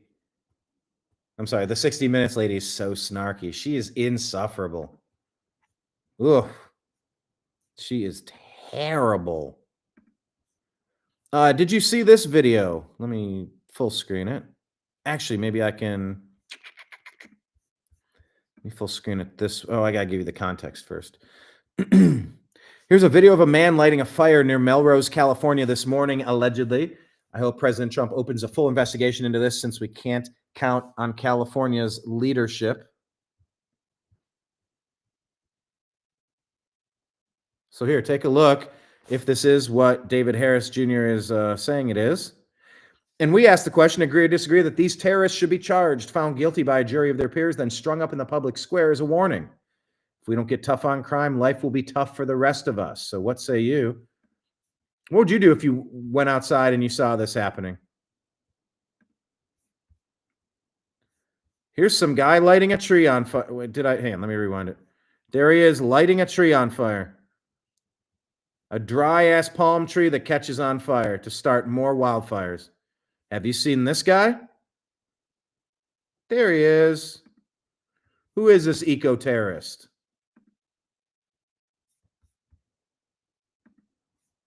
Imagine setting a fire to a dry palm tree in California today. Should they be strung up in the public square as a warning to others? Vote on our poll. Here, let me share, copy the link. If I put this in, okay, I put this in the chat. Can you tap on this? Can you tap on the link and vote in our X poll? If these people that are walking around setting fires deserve to be strung up in public after being found guilty by a jury of their peers, of course. Sarah Fields is putting this out there. God bless Texas, she says. Republican state delegate and precinct chair. Yeah, remember when the media laughed and said ivermectin was only for horses and cows, and they knew it was made for people since 1987. Here's a whole dissertation on things they didn't tell you about it. And my God, it makes me so upset. This one right here, show me a man that gets rich by being a politician, and I'll show you a crook.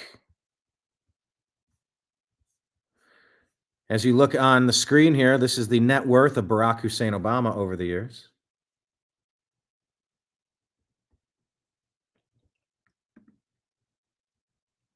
Mike is saying orchestrated land grabs. I wonder if any of these punks were also in BlackRock commercials. Yeah, it's so interesting. Kenneth doesn't have an X account? Yeah, I was just wondering, Kenneth, because I shared the show in our X group, and I'm like, wait, I can't tag Kenneth. Why is he not in the group? Respectfully, Kenneth, I think you need to be on X because it's one of the only true free platforms, open and allowable for common discourse. 140 million Obama's up to as of 2024, if this graphic is accurate. 140 million after starting off with 25,000 in 95. 20 years, goes from 25K to 140 million. Harry S. Truman, show me a man that gets rich by being a politician, and I'll show you a crook. And that does remind me of an article I saw in LA Weekly. I was a bartender. Hang on, where's the screen? There we go. I was a bartender and a promoter down in Long Beach. And I think it was like an LA Weekly magazine or something similar. And it was talking about the mayor of Tijuana. No, he's not Barack Obama. Not Barack Obama. That's funny. But yeah, they're talking about the mayor of Tijuana, I believe. And I think he made a snarky comment when asked about, you're really enriching yourself here at the detriment of your own community. You're stealing from them like a pirate. He's like, hey, a poor politician is a poor politician. And that always stuck with me. A poor politician is a poor politician. Okay, here's comedian Eddie Griffin talking about the Los Angeles wildfires. And is it possible that this is a smoke screen to cover up something else? Let's take a listen. His thoughts, not mine, but do you agree or disagree with Eddie Griffin? Well, we give it to you straight, no chaser. Let's get right to it. LA is on fire. Now, a lot of people saying it's to cover up the pedophile trail, and all of a sudden the water ain't working. And hold on, 60% of the water rights is owned by this fucking couple. What's their name? Yeah, the wonderful company is owned by this husband and wife team. They own pistachio, they own Fiji water. I stopped drinking any of that shit around the motherfucking globe. Let them motherfuckers go broke. How in the world could one family own 60-70% of California's water? That doesn't make sense. The water is for everyone. If you want to catch what falls on your property, that's your property. But if that ain't your property, what are you doing? That water needs to go to the farms. It needs to go to the people. That story is blowing my mind. I got to do more research on it. If you know anything about that family that owns the pistachios and the Fiji water, tell me, what do you think about that? But this dude's saying once he figured that out, he stopped drinking any of those products or eating any of those nuts. Drinking any of that shit around the motherfucking globe. Let them motherfuckers go broke. Feeding the pistachios and the almonds all that goddamn water. Meanwhile, people's houses burning down, dying of thirst and shit. All these sons of bitches. And the regulators who allowed them motherfuckers to own 60% of the goddamn water. Fire them motherfuckers too, goddammit. Uh-huh. There should be criminal proceedings for the people that have sold off the resources of the people. What the fuck is y'all problem? That is public water. We built the dam that's holding that water and all that shit with taxpayers' dollars. How the fuck y'all gonna sign it over to this goddamn couple? Sons of bitches. Let's pray for the motherfuckers out there that houses is burning down and shit, unless they pedophiles. If they pedophiles, fuck them. Let that shit burn. Because I know what you're doing. You're burning the evidence up, sons of bitches, but we still gonna catch you. And let somebody do some research. In the rich neighborhoods, who had already left their house and knew that the fire was coming? We're going to catch you anyway. Cat Williams said in 2024. In 2024. It's all coming out. I gotta listen to some Cat. I can do a decent Cat Williams impression, but I have to listen to it recently. That's a good question. How many people left these areas? Just so happened to be out. You heard the same question asked in 9/11. So what do you think? Do you think some of this stuff is related to covering up Diddy evidence? I don't know. But it's a conversation they're having. All right, here's Pete Hegseth again. Senator Roger Wicker, Republican from Missouri, Missouri. And there's MO, there's MT, there's Montana, Missouri, Mississippi, Michigan, MI, Massachusetts, MA, Missouri, MS, maybe Missouri. Anyway, talking with Pete Hegseth, the defense secretary nominee from today. So from story after story in the media, it's a little quiet, but we saw anonymous source after anonymous source based on second or third hand accounts. And time again, stories would come out and people would reach out to me and say, you know, I've spoken to this reporter about who you really are, and I was willing to go on the record. But they didn't print my quote. They didn't print any of my quotes. Or I've worked with you for 10 years, or I was your accountant, or I was your chief operating officer, or I was your board member, or I was with you on 100 different tour stops for Concerned Veterans for America. No one called me. No one asked about your conduct on the record or off the record. Instead, a small handful of anonymous sources were allowed to drive a smear campaign, an agenda about me, because our left-wing media in America today, sadly, doesn't care about the truth. All they were out to do, Mr. Chairman, was to destroy me.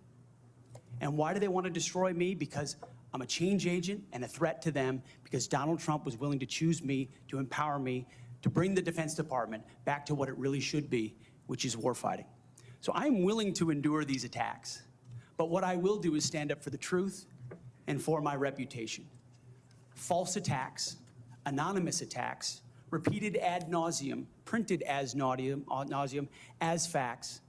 We have provided to the committee, Mr. Chairman, and I know you're going to share, on the record statement after on the record statement from people who have served with me, worked with me at Fox News, Concerned Vets, Vets for Freedom, you name it, from the top of the chain to the bottom, who will say I treat them with respect, with kindness, with dignity. That's men, that's women, that's black, that's white, that's every background. I have prided myself as a leader of respecting people, being professional. That is the balance of mine. I'm not a perfect person, as has been acknowledged. Saved by the grace of God, by Jesus and Jenny. I'm not a perfect person, but redemption is real. And God forged me in ways that I know I'm prepared for. And I'm honored by the people standing and sitting behind me, and look forward to leading this Pentagon on behalf of the warfighters. Thank you. And that's who Trump has selected to run the defense of the country. Defense Secretary. Left-wing media don't care about the truth. Here's Pete Hegseth again, talking about the state of affairs in our military. Because everybody in this room knows, if you're a rifleman and you lose your rifle, they're throwing the book at you. Mm-hmm. But if you're a general who loses a war, you get a promotion. That's not going to happen in Donald Trump's Pentagon. There will be real standards for success. Everyone from the top, from the most senior general to the most lowly private, will ensure that they're treated fairly, men and women, inside that system. Yeah, there has to be accountability for what happened in Afghanistan. This is happening. You know, we're going to be headed out there real soon. This is a bus covered in wanted posters of Anthony Fauci, Bill Gates, Klaus Schwab, and others spotted in Washington, D.C. You got Rothschild, you got the CDC. Who else? Big Pharma. How are you guys?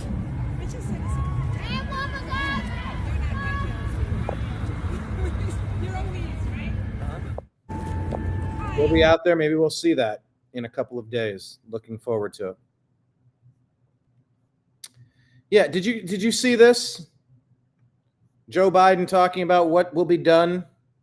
What will be done to help the people in Los Angeles? Oh, this is the aftermath. He says, "Oh, we'll give you $770." It's like, how about just poke us in the eye while you're at it? How about just keep the 700 and kick us in the groin? Listen to the people, the reporters who are trying to ask some questions and get some follow-up, and listen to how they're being treated and shuttled out of there because they're terrified of asking him a question and getting his answer.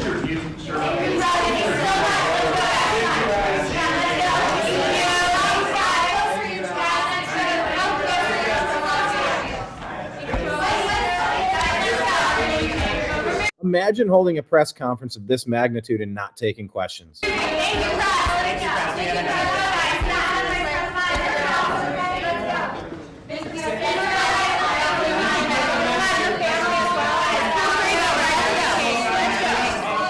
I know this audio is a little brutal, but this administration is brutal.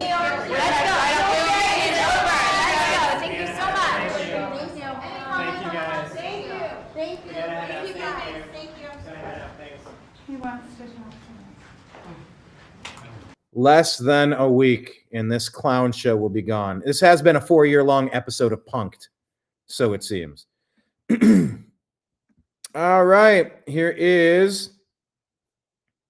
No, here, let's just let it play. But there's something else happening. The Biden administration took some money from the Medicare department to put in for electric vehicle credits. Okay, and then they thought they would be smart and they would deal with it in January.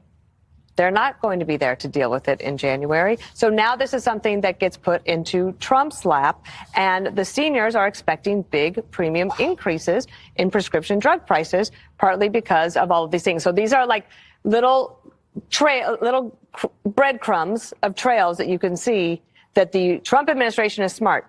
Lay the groundwork and say, here's the things that we are inheriting, and we are going to fix them, but it's going to take us some time. I cannot believe he stole money from our seniors, Greg. I've been telling you that. And spent it on this green boondoggle. But there's something. Well, you should believe it because that's all he's about. He's just a pirate. We responded, Democrats really do prioritize more backward policies than we can even fathom. Check this one out. Wall Street Apes is reporting there's no words to describe this. Here's a journalist going to the Los Angeles Fire Department repair yard and able to record just how many vehicles are waiting to be repaired. And our response, of course, was to ask, is this worse than when New Orleans parked all of those emergency vehicles under sea level during Hurricane Katrina? Remember that? Take a look at this. Wouldn't it be great to have all of these vehicles full of water out there doing the Lord's work, trying to help your local community? Police LA. All of these vehicles that are not being deployed. Fuck yeah. Fuck yeah. Fuck yeah. Fuck yeah. Fuck yeah. Fuck yeah. Why aren't they all out on the road right now? There shouldn't, dare I say, there shouldn't be a single truck doing anything at a depot like this other than to refuel and head back out again.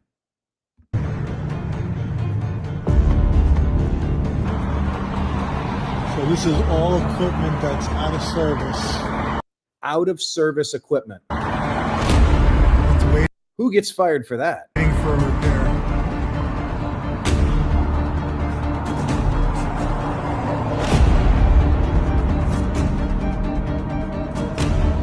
You know, so look, let's make sure we have the full context of the of the video.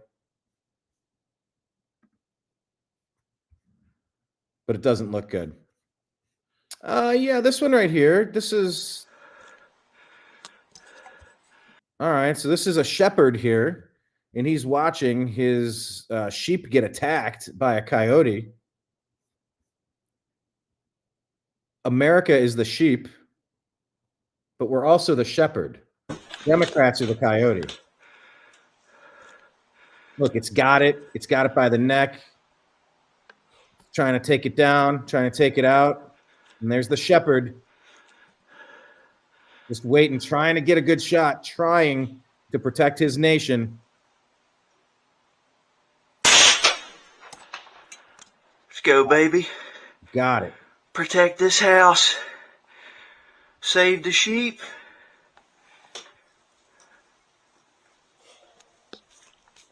Coyote down.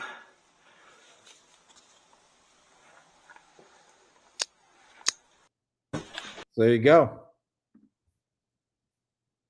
America is the shepherd. The coyotes are at the gates and inside the pen. We must be ready to protect those that we love. TNAM self-defense, TNAM preparedness. They said that Obama, Biden, Harris, Clinton, all those people, the Democrats have let in 30 million illegal alien invaders, coyotes inside of our farm property. And if any of them try to attack us, we have to be ready to defend ourselves. Self-defense is ingrained in our Bill of Rights. So be ready. Did you hear this story? The first time I heard this, more attempts on Donald Trump's life. Can you believe it? The biggest threat, I think, for all of us remains the lone actor. Just in the past week, while President Carter was lying in state, we had two lone actors show up at the Capitol. One trying to bring in knives and a machete. Another one who was trying to, what I believe, to disrupt the proceedings by setting their car on fire down in the Peace Circle area. U.S. Capitol Police were able to interdict these folks before they had a chance to do any harm. But that threat of the lone actor remains the biggest justification for us being on at this heightened state of alert throughout the next week. So yeah, it's going to be interesting being there in DC. Follow the New American Media. We'll be there. We'll be there. I can't tell you I don't have reservations about it. I have a lot of reservations about it, honestly, but it's part of the story. We were there 4 years ago. Check out our documentary. Maybe I could share you that instead. Where's the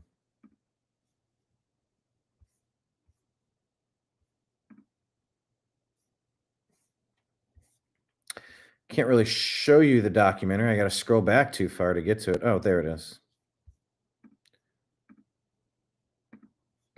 Actually, here, let me share you a moment of this. If you haven't watched it, please check it out. It's on YouTube and Rumble. Here we go. This is Declassified, the unreleased J6 interview.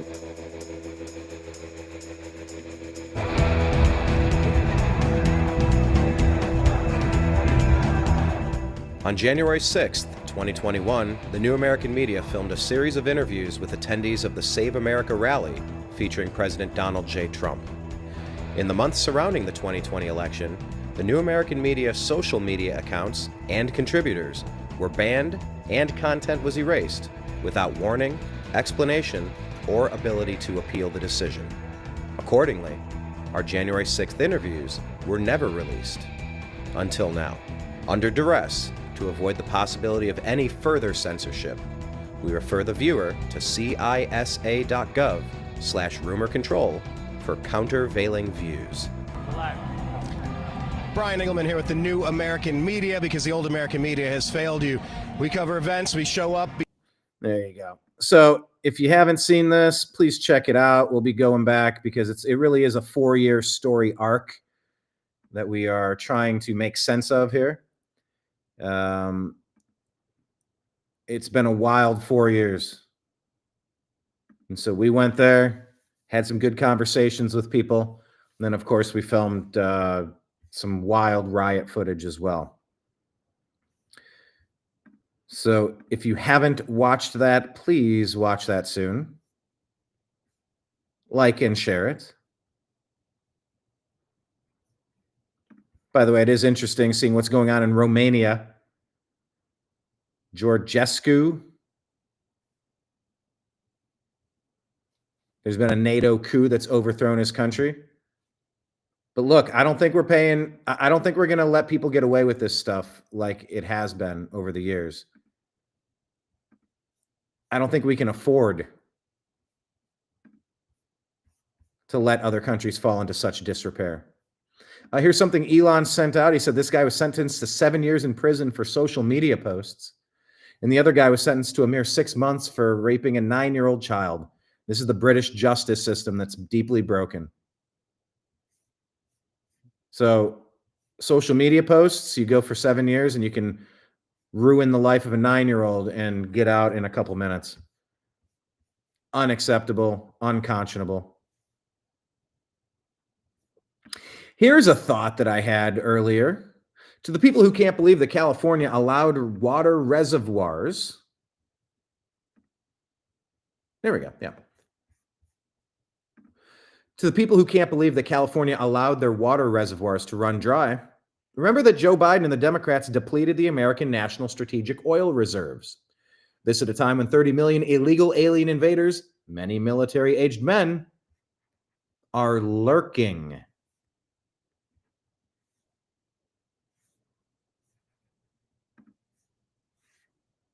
Lurking.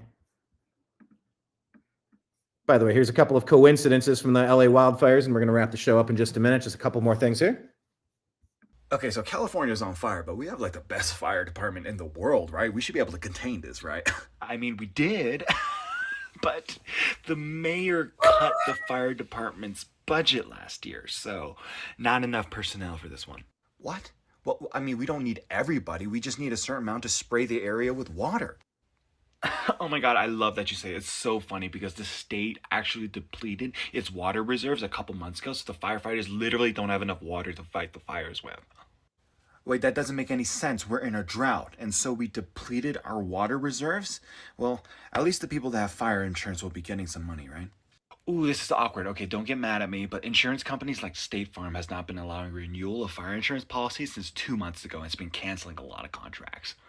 So let me get this straight. 2 months before the fire, the state depleted its water reserves. Insurance companies have been canceling this fire insurance policy. It's like it's Maui all over again, but it's not like the state needs to free up a whole bunch of land to open up a new smart city infrastructure, right? Because we haven't announced anything like that, did we? The LA district might have announced plans to set up a smart city by 2028. So it's like Maui all over again. Yeah. Maui all over again, people. Maui all over again. You saw that weird video of Gavin Newsom doing his dance when he was getting excited about real estate. What am I saying? Prospectors. Real estate groups trying to buy up all the land. So somebody took this weird little dance of Gavin Newsom and added a little bit of content.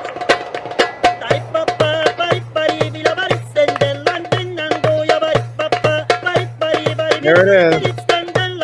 The reason the internet was invented.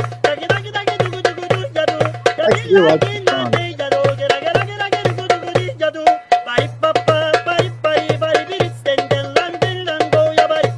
There it is. That's why the internet was invented, and that's why you have to follow the New American Media on X. Okay? By the way, I used to, I play the djembe and the doumbek and stuff like that, and I've performed in front of dance troops and stuff. It's been fun. Here is Dave Rubin talking about the difference between Florida and California, where he fled. California that I fled as well. 2 years ago, Hurricane Ian demolished Southwest Florida. Immediately after the hurricane, everybody on the news was saying to rebuild the Sanibel Causeway, which is about 4 miles, was going to take 3 years. That's what everybody was saying. DeSantis basically had it rebuilt in a month because he brought all the best contractors down. He took everybody to the bridge and basically said, what do we need to do? We gave him our recommendations and he started making it happen the next day. That's proper, competent governance. Yeah. We're just so not used to that. We're used to what you fled in California, an ever-growing state. That's what we fled in California, an ever-growing state that taxes endlessly and punishes people for success. And then it's like, how is it that I have nice clean roads in Florida? How is it that we don't have homeless people? Why do things work with no income tax in Florida? And why does Cali tax the high hell out of you and have much worse services and much worse infrastructure and a whole series of other problems? So the government shouldn't do much. Everything should be dealt with at the state and local level. And then the federal government should have a couple things that they're supposed to do. So that would be border, make sure the states aren't warring with each other, interstate commerce, foreign policy. I would say the founders basically got it completely right. California, come on. Try to fix your country. Did I play this about the cross? Did I start the show with the cross story? I know we talked about the Jerusalem cross.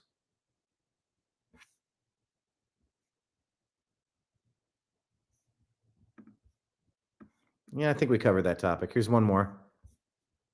Tens of thousands of service members who were kicked out because of an experimental vaccine. In President Trump's Defense Department, they will be apologized to. They will be reinstituted with pay and rank. Tens of thousands of reinstated, I think is what he was trying to say, with pay and rank. And we said, plus reparations for the civil liberty violations inflicted upon them by Biden, Harris, and Obama and his puppet masters pulling strings behind the scenes. It's the only way we can move forward while simultaneously making sure that this will never happen again. Yeah, people seem to like when we put this out there. And so the United States is about to get a facelift. You got veterans rallying on Capitol Hill to support Pete Hegseth for Defense Secretary. And then, of course, right here, this is the TNAM Morning Show. I think we're going to try to do some morning content. Trying some new stuff out. Maybe a morning show, maybe a night show, maybe regular stuff. Florida is discount California. Florida is like if you buy California off Wish. No, it's not quite like that.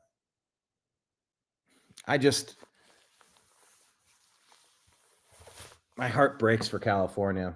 And I'm also thrilled that I got out of there. I was so right. And it's not done. It's a total vote of no confidence in these people. If there's a decision to be made, just rest assured they'll probably make the wrong choice. And it's sad. So, anyway, there you have it, everybody.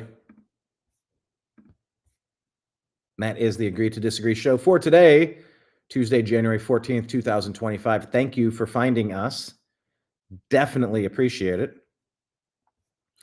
Let me share this to you on my way out. Let me show you the intro to this. How do I share this screen? If you haven't seen our documentary, please watch it. Let's go full screen. That's full screeny enough. I'll play you the intro to this. Please check it out. Hurricane Helene, Help on the Way, a documentary from the New American Media.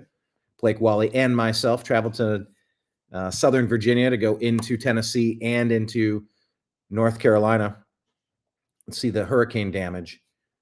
On the screen, I'm going to put this link. If anybody out there in the TNAM universe wants to help them, they have a Cash App.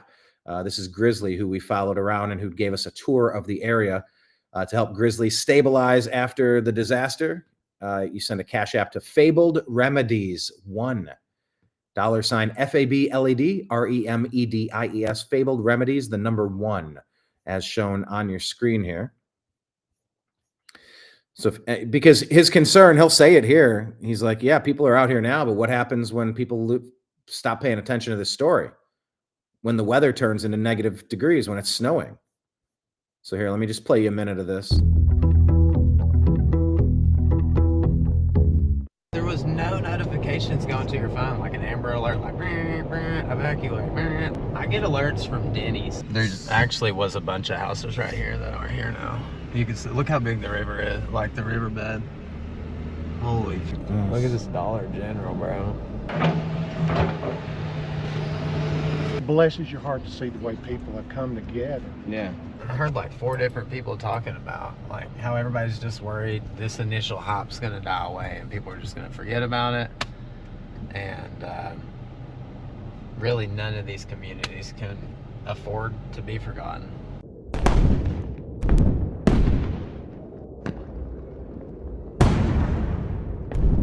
So there you are, everybody.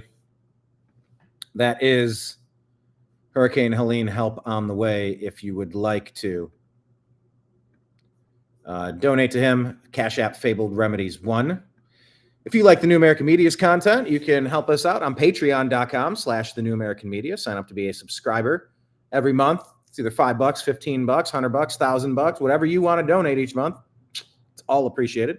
We're on Venmo at me. That's at Brian Engelman, at BrianEngelman. And on PayPal at Fuzz Installment, FUZZINSTALLMENT, at Fuzz Installment. Of course, for us discussing those controversial topics. For countervailing views, please visit CISA.gov/rumor control regarding elections and the WHO website, WHO.int, and CDC.gov for all medical issues, and CDC.gov/vaccine, specifically regarding medical and political claims. I say this under duress for fear of censorship. If you want to find the Agree to Disagree show private Facebook group, do so. Put it in brackets, put it in parentheses. The Agree to Disagree show on Facebook. And then they say, how'd you find our private group? Say Brian sent you.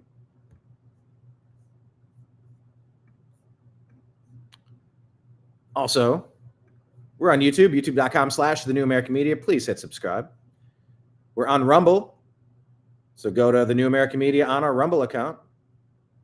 Download the Agree to Disagree show podcast on Spotify and follow the New American Media on X at American_media_. We are the New American Media because the old American media has failed. Thank you to everybody participating in today's program. Thank you so much. Yeah, T-Nam Wake and Bake. See, that'd be fun. Like if Blake would ever get up early, do a T-Nam Wake and Blake. A Wake and Bake. Dreamer, thanks for joining us, buddy. Appreciate you as always. Kenneth reminding me I've got a hard drive full of music. Excited to check it out. Thank you much. Looking forward to it. Did pick it up. It's always like I'm trying to get used to, because I don't really use the safe deposit box all that much. I was walking, I'm like, wait, where is it? Is it here? Is it there? And then it's like, it's almost here. And the numbers kind of, they're the same, but they're not. But then that bay is different than that bay. And it's like you're standing in the world's tiniest mausoleum. It's all these little boxes. But yes, I do got it. Looking forward to checking that out.